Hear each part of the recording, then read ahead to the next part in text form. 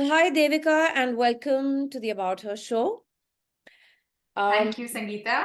Most welcome. This show is about women achievers who we call women trailblazers, where we give them a platform to talk about their work, to tell us about what they do, what kind of challenges they may have faced along the way, the ups and downs, successes, failures, all of those.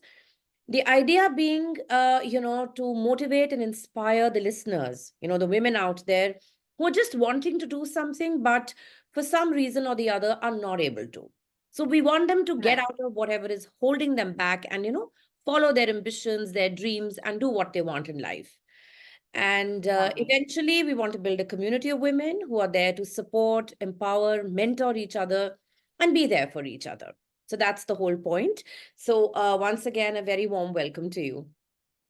Thank you again, Sangeeta. Look forward to our interview today. Same here. All right, so let's dive in. And to begin with, just as an icebreaker, tell us a little bit about your early life, your childhood, and if you think that any of your experiences from that time paved the way for who you are today, what you're doing today. Absolutely, Sangeeta. I grew up with a father who almost had a new posting in a new city uh, practically every year or 2 years. So, from the time I can remember, I have been through 7 different schools till finally in grade 9, my dad said, okay, enough. Now you just stay back with the grandparents and I'll continue with the transfers and the posting. So he worked with the services, and that required a lot of moving. Yeah. In a way, the reason why I started writing is all these transfers and movements, and my father. So Mm. he was pretty much instrumental in me getting into the habit of writing. So I almost down to, I think, grade 3, I can remember he would tell me, Devika, pen down your thoughts. There are new changes, new beginnings. So always write what you feel. I have some of those old diaries still because, I love sharing these things with my children. And they're quite funny, from the time that you can't really articulate yourself with words, you Mm. do that through drawings. So it's pretty interesting to see the different emotions that I have shown, Mhm. which I can't, really speak to someone or even understand what I'm feeling. So, in a sense, I think my writing journey pretty much began with my dad's various postings through the years. And he was the one who encouraged me that you must write. And that just became a habit. And then, of course, a passion, and then, of course, a career, and then much more. Okay, that's wonderful.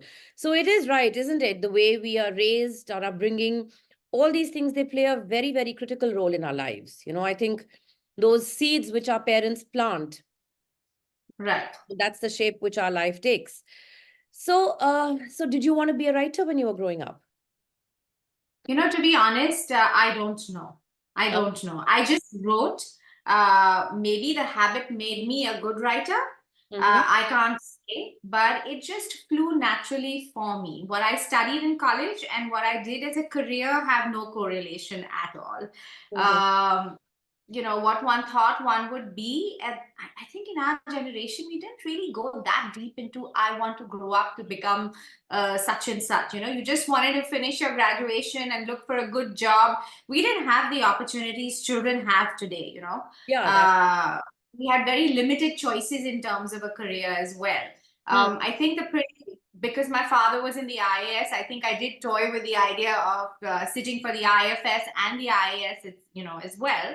mm-hmm. It's just that right after college, because I always had ants in my pants and I needed myself to be constantly occupied, I just applied to the two, best organizations in the media at that time Mm-hmm. and got into chose what I thought was the best, and I'm glad I did. It Mm. was NDTV under, Prannoy Roy's legacy now. Yeah. Yeah. And then that was history. Hmm, hmm, hmm. So, in a way, then, what you're saying is that yes, the childhood influences, the fact that you started writing and penning down your thoughts at such an early age, those were kind of, maybe, at the back of your head, they were working and they kind of propelled you into taking the path that you took. So, tell me, when you decided to get into media, And then, of course, writing and, maybe the two of them were happening together. Did you face any challenges and anything because of your gender, or it was like a kind of a cakewalk for you? Challenges only come because you don't know what you're about to do, right? So, Yeah. as far as gender is concerned, I face no challenges. I worked for a company where I think 80% of the workforce was women. So, Yeah. I think that's a question better asked to my colleagues who are men. But not for us at all. It was a lovely environment. In fact, we called it a college post-up college of our choice. We had a lot of fun growing up in NDTV. All my colleagues were perhaps say the same thing. It was a Yeah. nurturing environment. It was an environment where everybody taught you. Challenges come because I joined when I was 20. I actually celebrated my 21st birthday on a midnight shift at work. We didn't Okay. have live news at that time. We had to go there, at 12 or 1 in the morning, put the packages together. A rider used to take the tapes to Doordarshan because at that time, Dr. Roy had The World This Week and a couple of other shows only. And there Mhm. was no live television in our country at that time. Yeah. So Yeah. you had to be there, pretty much your shift began at 12 and ended at 7 in the morning. So Hmm. challenges like that, if you want to call it a challenge, because those were new things that we learned and faced. Hmm. We didn't know what machines were all about because I didn't study journalism. I studied economics.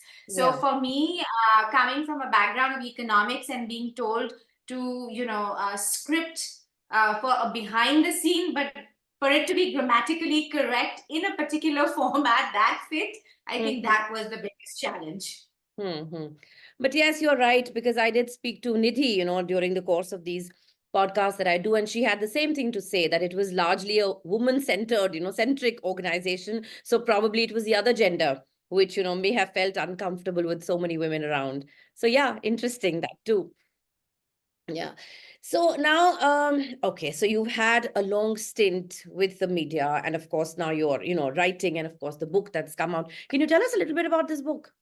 So the book is basically it's my first children's book. I have written a book before that, which is a sort of a guidebook on economics for class 12. Mm-hmm. This book is titled Why Can't I? Yeah. And it's a narrative of a child who is, speaking to his parent and basically saying, but, why do I have to live my life according to the norms that are prescribed by all the mamas and papas, and why can't I live the way I want to from the beginning of the day when I don't feel like brushing my teeth and brushing my hair or washing my face. Hmm. My room is dirty, it's my room. Yeah. Why can't I take what I want to school, and why do I have to be in the school Hmm. that those big black gates which are so overwhelming, the teachers or the environment? Like, why can't I have my own life? Hmm. um, the reason I decided to write this book because a lot of our children went through an extreme transition during COVID, Yeah. where schooling for them was primarily online. For my son, if I may speak just about him, his first 2 years of education was online. He Mm-hmm. never set foot in school Yeah. because of COVID and our country not allowing schools to open. So there are a lot of chapters which talk about how he, I mean, I don't name him, but the Mhm. whole story is inspired by him, how he gets overwhelmed going to school, readjusting. But Yeah. then there are a lot of fun facts which every mother goes through. I'm sure you've read the book and you must have seen and read the incessant questions of why do I have to, Yeah. from broccoli to clothes to doing the homework. Yeah. To The difference here is that I wanted to write a book where there is no moral of the story. It is what it is. There is no book out there which I have read to my 14-year-old and now going to be 8-year-old, Mm-hmm. which basically doesn't tell you the moral of a story, right? So the Yeah. idea is life is what it is. And even at this age, I'm going to be 50 soon. Mm. I also say, why can't I? So Yeah. it's Yeah. it's True. just the why can't I's through the years, and let's enjoy them and let's have a healthy discussion with our children. Mm. I have given space to the voice of a parent there to gently explain why they can't. So it's not just a free for all, why can't I? And it's all good out there. There is a parent saying, yeah, there is a reason why you can't. Mhm. So interesting because it gives a kind of a balanced view. Children with their apprehensions and their questions, and of course, parents with their logic and, trying to explain. Okay, so great. I'm sure both parents and children must be loving the book. I hope so. All right. So tell me if anyone who wants to get into the space of media and writing, both of them now, are there any tips that you would like to share with them? I think compared to the time around 20, 25 years ago when I joined the media, we had limited choices in terms of education. You either went to an esteemed organization, college like Jamia Millia, or you went abroad. There weren't that many choices. Now the world is all out there, whether it's online, offline.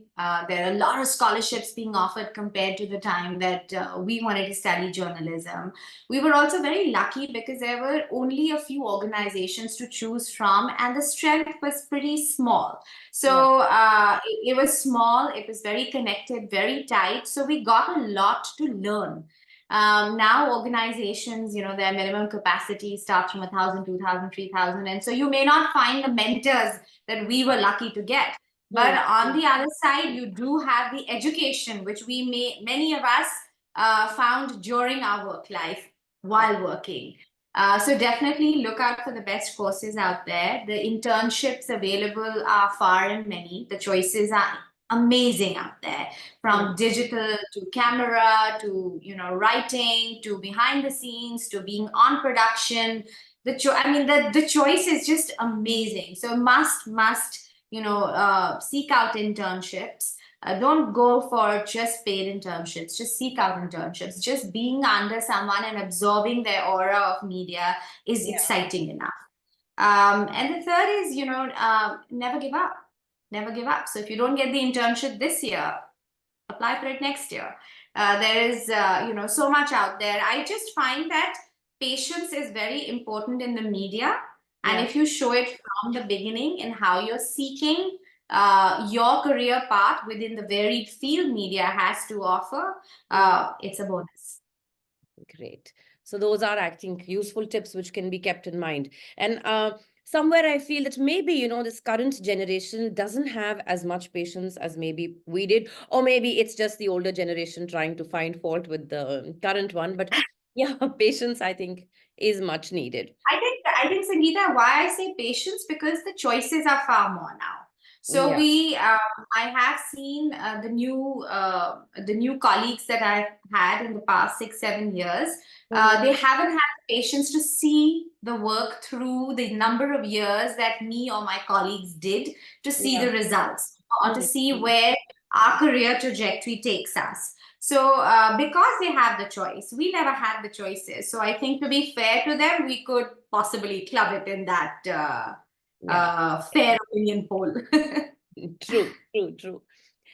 So Devika, tell me, we're all humans and, we do have our failings, and along with that, the ups and downs of a day. Not every day is as bright and beautiful as we would want it to be. So on a day when you are down and out, how do you pep yourself up? Oh gosh. That's a tough one. How do I pep myself up? So I love loud music. Okay. So when the house is empty, the kids have gone to school. That sounds like music to me right now. And the husband's at work. I usually shut my door and listen to loud music and get ready. I have, and I'm happy to share with you. I have a reminder, a daily reminder on my calendar, which says, "Put a smile on your face." So it beeps, interestingly, at 11 a.m. every day, because by then I think I'm losing my patience. I wake up at 6 every day. So that really works, and sort of puts a reminder in my space that put a smile on your face. This too shall pass. What else do I do? I definitely don't write to pep myself up because nothing comes out. Music, I go for a walk. I jump on the treadmill. I have invested in a treadmill, keeping the pollution in mind.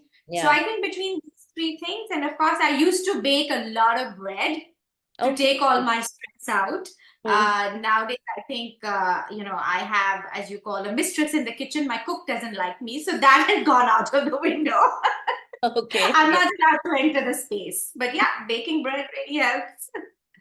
I guess doing something which is out of the ordinary, or maybe it's not part of your regular, your routine, so to say. I think that does help because it gives you maybe, just a kind of change. Because otherwise, I think maybe, the regular, the mundane gets monotonous.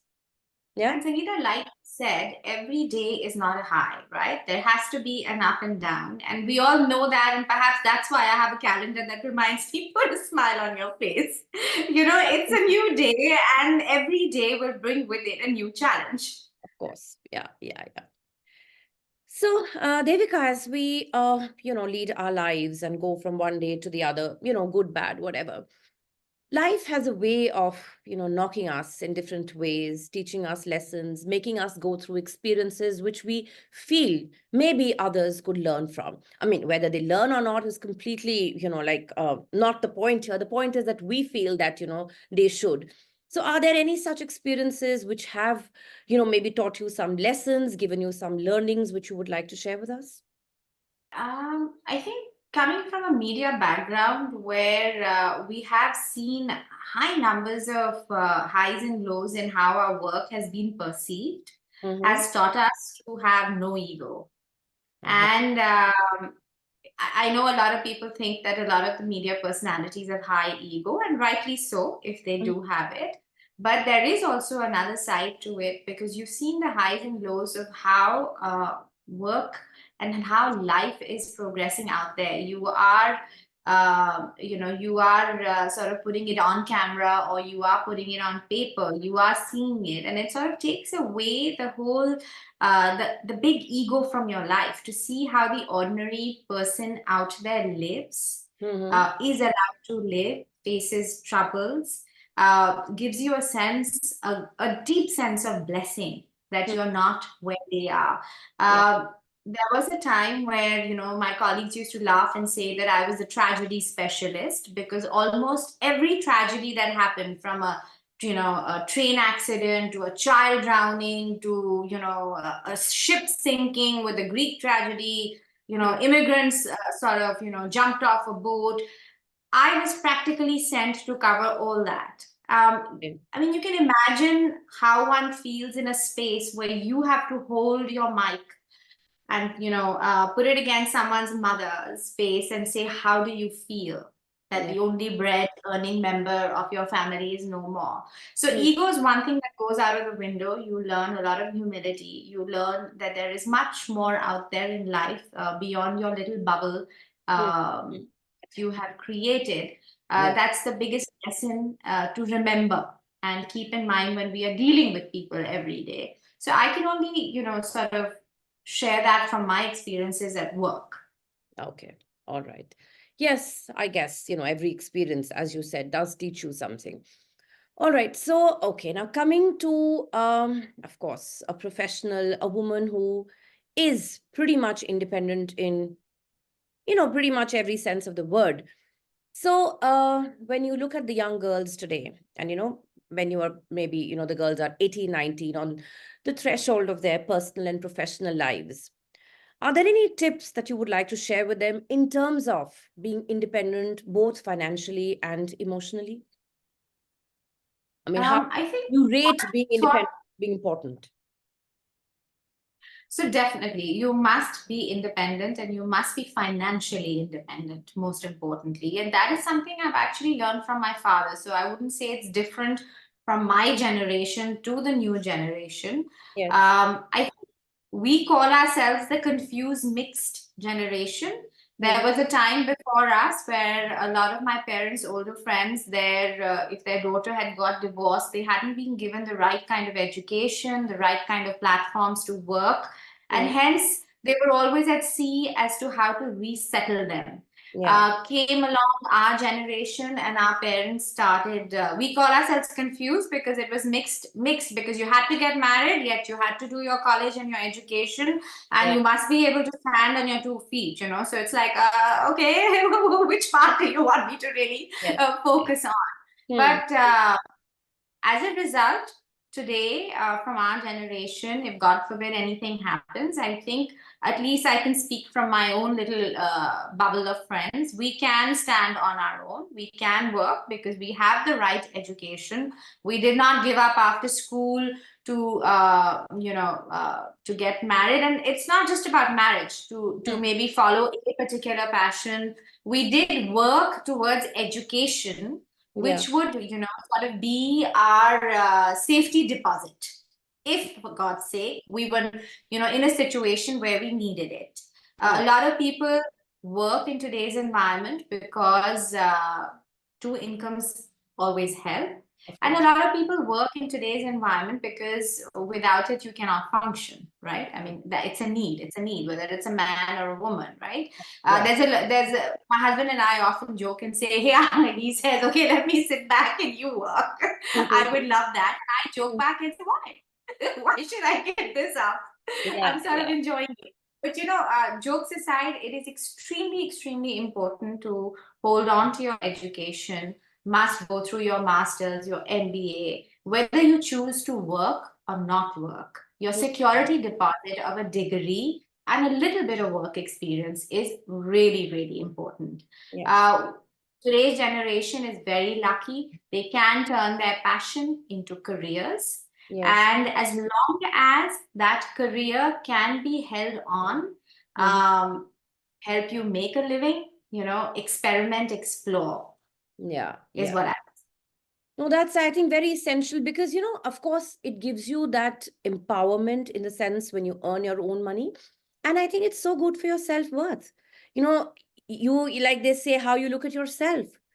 And of course, how the world perceives you. And that feeling of, there is that feeling of liberty. You are your own person because you have your own money.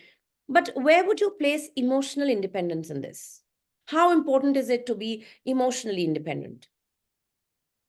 Well, to be emotionally independent, you need to be independent cerebrally. Mm. Because if you haven't had the exposure of studying, the confidence of knowing that you can today be comfortable in your own space, your emotional independence will not come through.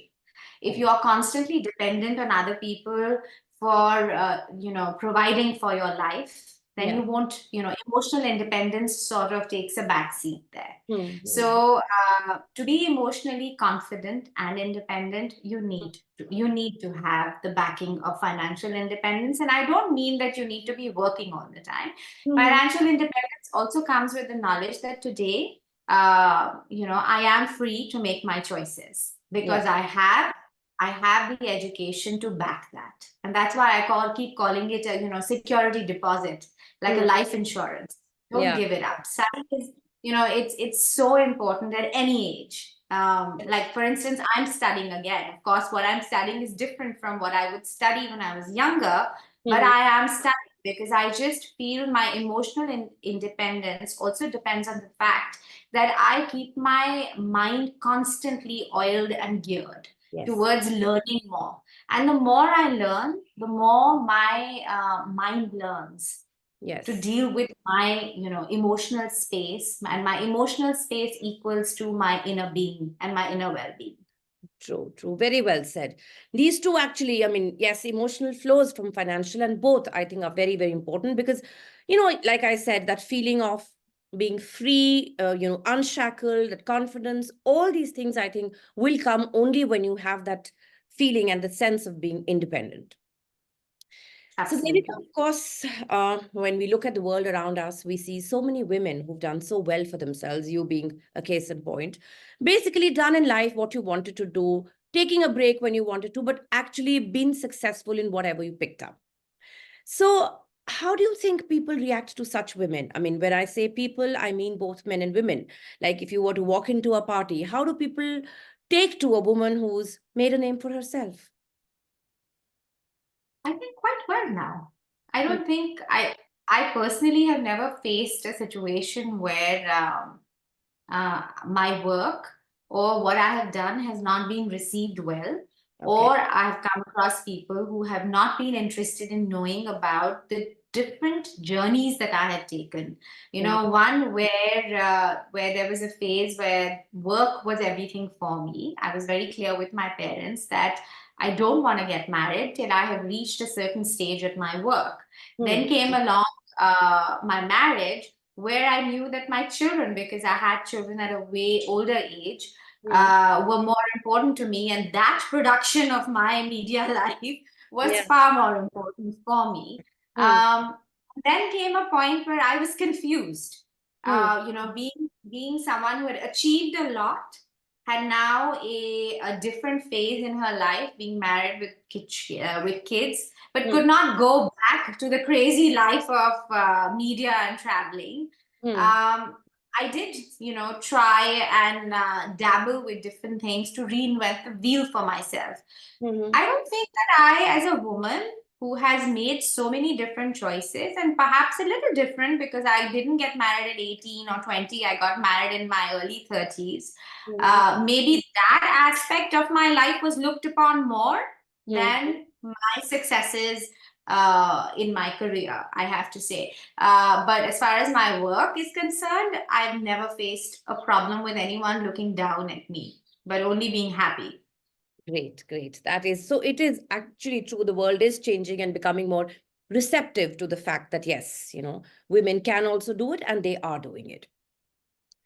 So, of course, I think we all are somewhere, if I may say so, guilty of doing this. Not guilty exactly, but yes, this is what we see a lot happening around us, where people in their early 40s, late 40s, or even early 50s for that matter nowadays are switching gears, or as I call it, the midlife rebooting, where you start doing something which is diametrically opposite to what you were doing, for all those years of your life. So, like somebody taking to writing or to hiking or, whatever it could be, acting, it could be anything.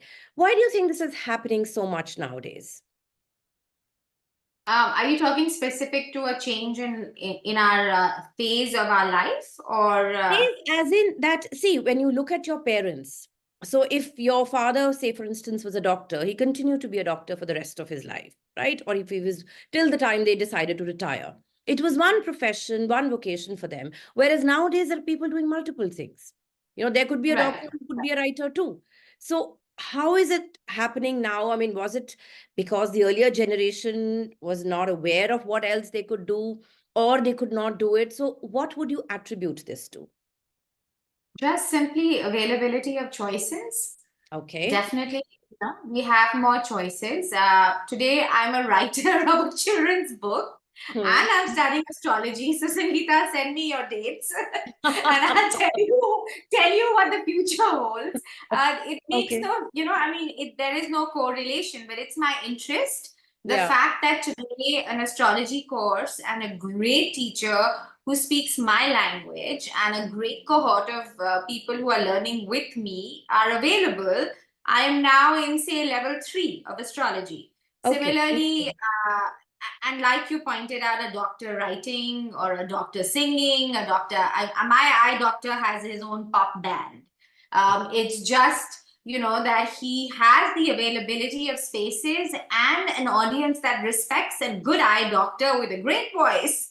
Times have changed, it's Yeah. and I'm glad that we are part of that change where the availability is varied. And today the world is online. You and I are talking to each other over an online interview. Absolutely. In my time, I would have to go set up, put the lights, make sure the camera person has got everything, have a makeup person there, Yeah. have the makeup done, put the lapels, do the voice testing. And here you and I just exchanged a link and boom. So things Yeah. have changed. Yeah. Yeah. And online, and courtesy COVID today, we can take a class at Harvard, Yale, Duke, Sussex, anywhere. Yeah. So yeah, the choices are amazing.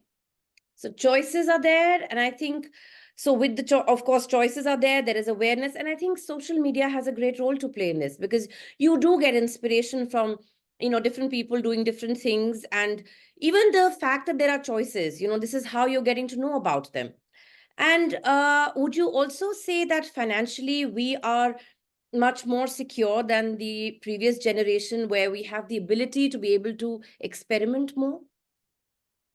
We definitely have the ability to experiment more, but I'm not too sure on how to answer on our financial stability and security because unless you come from a background where you already have the safety network, all the choices that you are making today need, while they might be very exciting Yeah. and varied. Mm, I want to become a musician and I want to become a guitarist as part of a band. While all these are beautiful and choices are there for us to study music, join a band, experiment, intern with someone, but does that give you enough for your livelihood? yeah. So I'm not really sure how that sort of flows into financial security.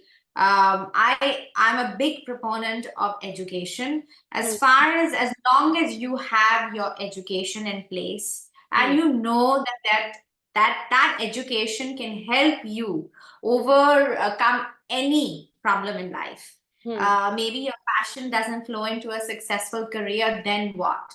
mm. Then that MBA degree will help you for sure. So Yeah. I'm not really sure how that works in today's generation because, as we both, sort of subtly said, there is uh, patience is less, choices are more. Yeah. While it's an exciting time to go out there and explore, does that really sort of translate into financial security? I don't know. Hmm. So what I actually meant was that, maybe our parents' generation, there was a single earning member. So that person, even though they had other interests and aspirations, but they had to stick to that, by and large. Whereas now we can, kind of drop and start doing something else. And of course, with all the As a choice. woman, are you talking about as a No, woman? even men for that matter, I think, after you reach a certain stage, you can kind of, think of doing something completely different. What I mean, experimenting and, exploring options, which maybe. Yeah, but then again, I would say there would be a very limited lot of people who would Yeah, have reached their yeah, yeah. goals to be able to set aside and say, okay, then I'm that lucky 50 who's retiring and Yeah, yeah, changing. yeah, yeah. But in today's world, I think at least you can see that option. You can consider it. That's what I meant. Yes, absolutely. Absolutely. So Devika, as a woman, and I think most people have to, but I think women more than men, you do have to juggle different balls and different roles in a day. So is there any secret behind your ability to do it? Anything that you would like to share with us? I have no idea how I do it, Sangeeta. I have no idea how I do it. All Mm. I know is that I wake up at 6, send the older one to school. 7 o'clock, the younger one goes to school. 9 o'clock, the third child, my husband, goes to school. I And love then that. sort of, the day begins. There is my writing, there is tending to family, there is tending to ensuring the house is running smoothly. There are many women out there who are, unlike me, going to work despite all that. There Yeah, is, yeah, picking, dropping, doctors, school, after school. It's quite chaotic. And then comes a time where, once you have teenagers, I know that yours have flown the nest, but I still have yeah, raging hormonal teenagers in my home. yeah. Their needs, studies. The world has become so competitive. Yeah. You're just constantly on the ball.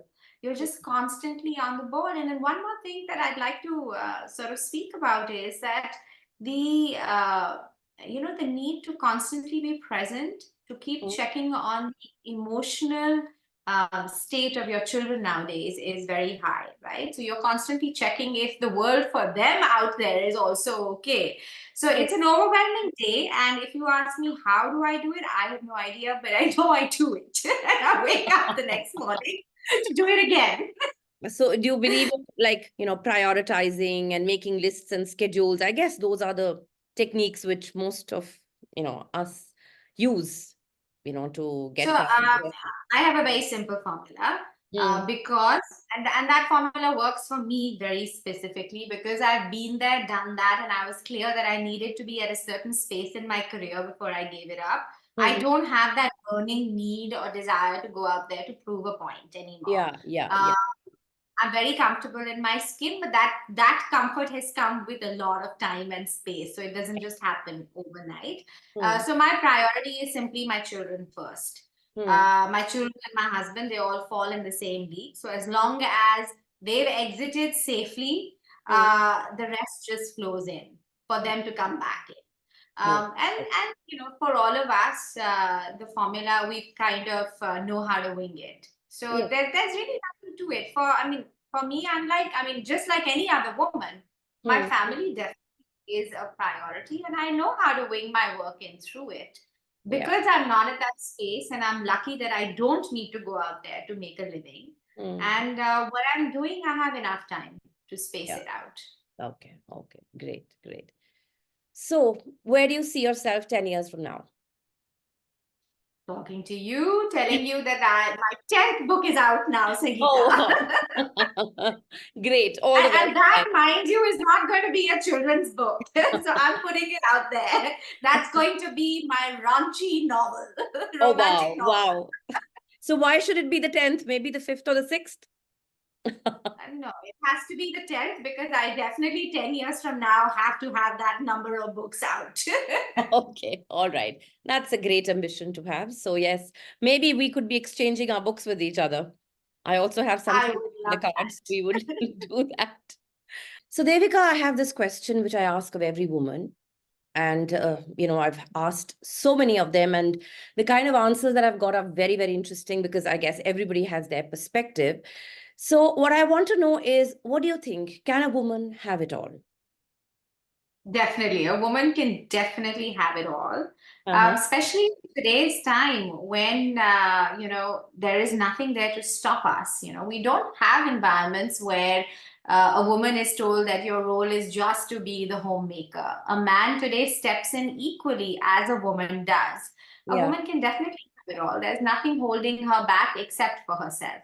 So yeah, definitely. I would say to all the women out there, don't use it as an excuse. A woman can have it all, and I've been there, done that through various phases of having an extreme high in my career Hmm. to changing to a life where it was all about my children and going with the flow of my husband's work requirements and changing cities to Hmm. reinventing the wheel that suited my children. Hmm. I taught programs like Music Together. I taught programs like creative writing for little children, all so that I could also bring that knowledge home. So Oh. a woman can definitely have it all. And I would say that go out there and get it. Yes, I so agree with this. Considering the opportunity that we have and the way times have changed, people have changed, we can do it.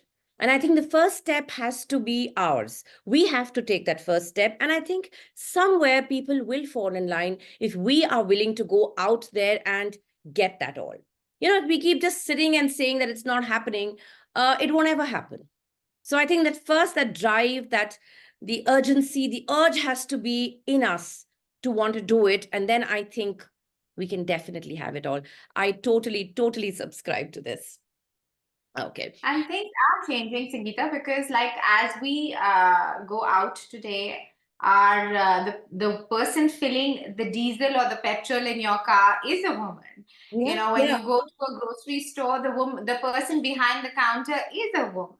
So Yes. a woman can definitely have it all, and times are changing. Even the mindset of families which believe that a boy is better than a girl is Yeah. Yeah. changing. They can Yes. see what a woman can bring home. That's true. That's true. So, Devika, thank you so much. It was really very, very interesting and a very different kind of a perspective that you gave, to so many different things. So I'm sure our listeners will get not only a different perspective, but a different way of thinking. So thank you so much for being on the show. I hope you enjoyed being with us. Absolutely, Sangeeta. And thank you. Thank you for having me here. So I look forward to chatting with you again after 10 years. And we Sure. discuss that romantic novel. Yes, yes, we will. We will. All right. Okay. Thank you.